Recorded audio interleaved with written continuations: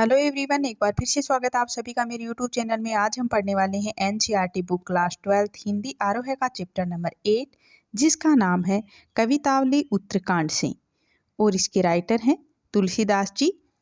तो यहाँ कवि का कथन है कि समाज में किसान हैं, बनिए हैं, भिखारी, भाट, नौकर चाकर, चोर आदि सभी की स्थिति है वो बड़ी दयनीय बताई है, दयनीय है यहाँ। और समाज का जो उच्च और निम्न वर्ग धर्म अधर्म का प्रत्येक कार्य करता है और पेट की आग संसार की सबसे बड़ी पीड़ा है। तो अब हम चैप्टर को स्टार्ट करते हैं। किसपी किसान कुल बनिक भिखारी भाट, चाकर चपल नट चोर चार, चेटकी पेट को पढ़त गुण गढ़त चढ़त गिरी, अटत गहन घन अहन अखेटकी, ऊंचे नीचे करम धर्म अधर्म करी, पेट ही को पचत बेजत बेटा बेट की, तुलसी बुझाई एक राम घनश्याम ही ते, आगी बड़वागी ते बड़ी है आगी पेट की। किस भी किसान कुल बनिक, बनिक यानी बनिया या व्यापारी, भिखारी भाट, भाट यानी बड़ाई गाने वाला, चाकर, चाकर यानी नौकर, चपल नट यानी नर्तक, चोर चार, चार यानी गुप्तचर, चेटकी, चेटकी यानी जादूगर। तो यहाँ कवि कह रहे हैं कि कोई भी कर्म करने वाला किसान परिवार, भिखारी व्यापारी तथा दूसरों को भुगतान करने वाला नौकर, चतुर नर्तक तक जासूस आदि व्यक्ति अपने पेट के लिए काम करने में लगे रहते हैं। पेट को पढ़त गुण गढ़त चढ़त गिरी, गिरी यानी पर्वत, अटत गहन गन अहन अखे टकी यानी पेट की खातिर लोग ऊंचे पहाड़ पर चढ़ते हैं और घने जंगलों का भ्रमण करते हैं। ऊंचे नीचे कर्म धर्म अधर्म करी, पेट ही को पचत बेचत बेटा बेट की यानी इस दुनिया में सभी लोग अपने पेट की भूख को ख़त्म करने के लिए कोई ना कोई कार्य करते रहते हैं, और यहाँ तक कि अपने पेट की भूख को मिटाने के लिए बेचत बेटा बेट की यानी अपने बेटे बेटियों को भी बेच देते हैं। तुलसी बुझाई एक राम घनश्याम ही ते, आगी बड़वागी ते बड़ी है आगी पेट की यानी तुलसीदास जी कहते हैं कि पेट की भूख की आग संसार की सबसे बड़ी आग है। खेती ने किसान को, भिखारी को न भीख बली, बनिक को बनिज ने चाकर को चाकरी, जीविका विहीन लोग सिद्धेमान सोच बस, काहे एक एकन सो कहाँ जाई का करी, वेदहु पुराण कहीं लोकहु बिलो किते, साकरे सभे पे राम रावरे कृपा करी, दारित दशानन दबाई दुनी दीन बंधु, दूरित दहन देखी तुलसी हाहा करी। खेती ने किसान को, भिखारी को न भीख बली, बनिक को बनिज ने चाकर को चाकरी।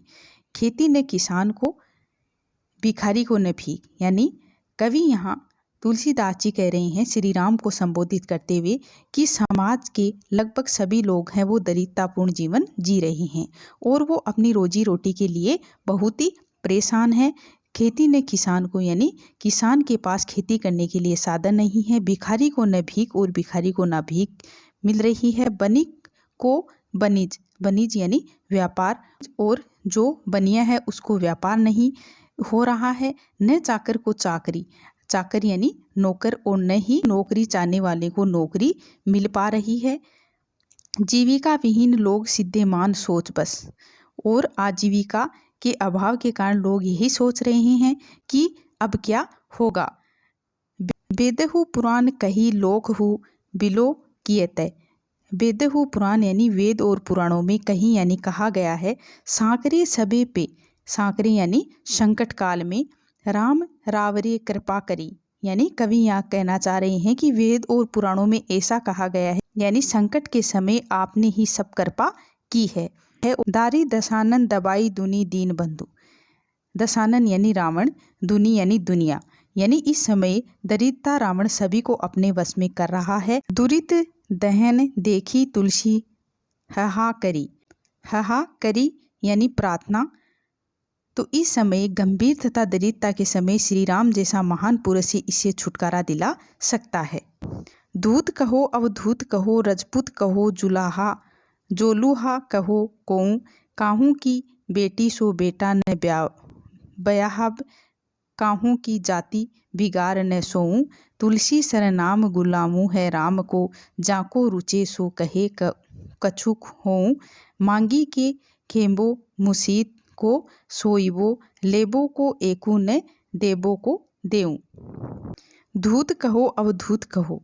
अवधूत यानी सन्यासी, रजपूत यानी राजपूत, जोलोहा यानी जुलाहा, कहो काऊ यानी कवि तुलसीदास जी हैं वो श्री राम के सच्चे उपासक हैं। और कवि के राम के प्रति सच्ची भक्ति भाव ने तुलसीदास को इतना बलशाली बना दिया है कि वह अब श्री राम जी को बुरा कहने वालों को भी अब कुछ नहीं कहते हैं। कि धूत कहो अवधूत कहो, रजपूत कहो, जुलाहा कहो काऊ, यानी वह कहते हैं कि मेरे प्रभु को चाहे जो भी कहें, मैं तो उनसे सच्चा भक्ति भाव ही रखता हूँ। लोग उन्हें धूत कहो अवधूत कहो यानी लोग उन्हें सन्यासी कहें या रजपूतो यानी रजपूत कहें या जुलाहा। काहू की बेटी सो बेटा न ब्याहो यानी मैं अपनी बेटी का विवाह किसी के बेटे के साथ नहीं करने जा रहा हूँ। काहू की जाति बिगाड़ न सोऊं यानी जिसके लिए मैं किसी की जाति जानूं। तुलसी सरनाम गुलामू है, सरनाम यानी सारे नाम, राम को जाको रुचे सो कहे कछु हो यानी सभी जातियां श्री राम जी के गुलाम हैं। मांगी के खेबो यानी वो तो मांग कर खाते हैं।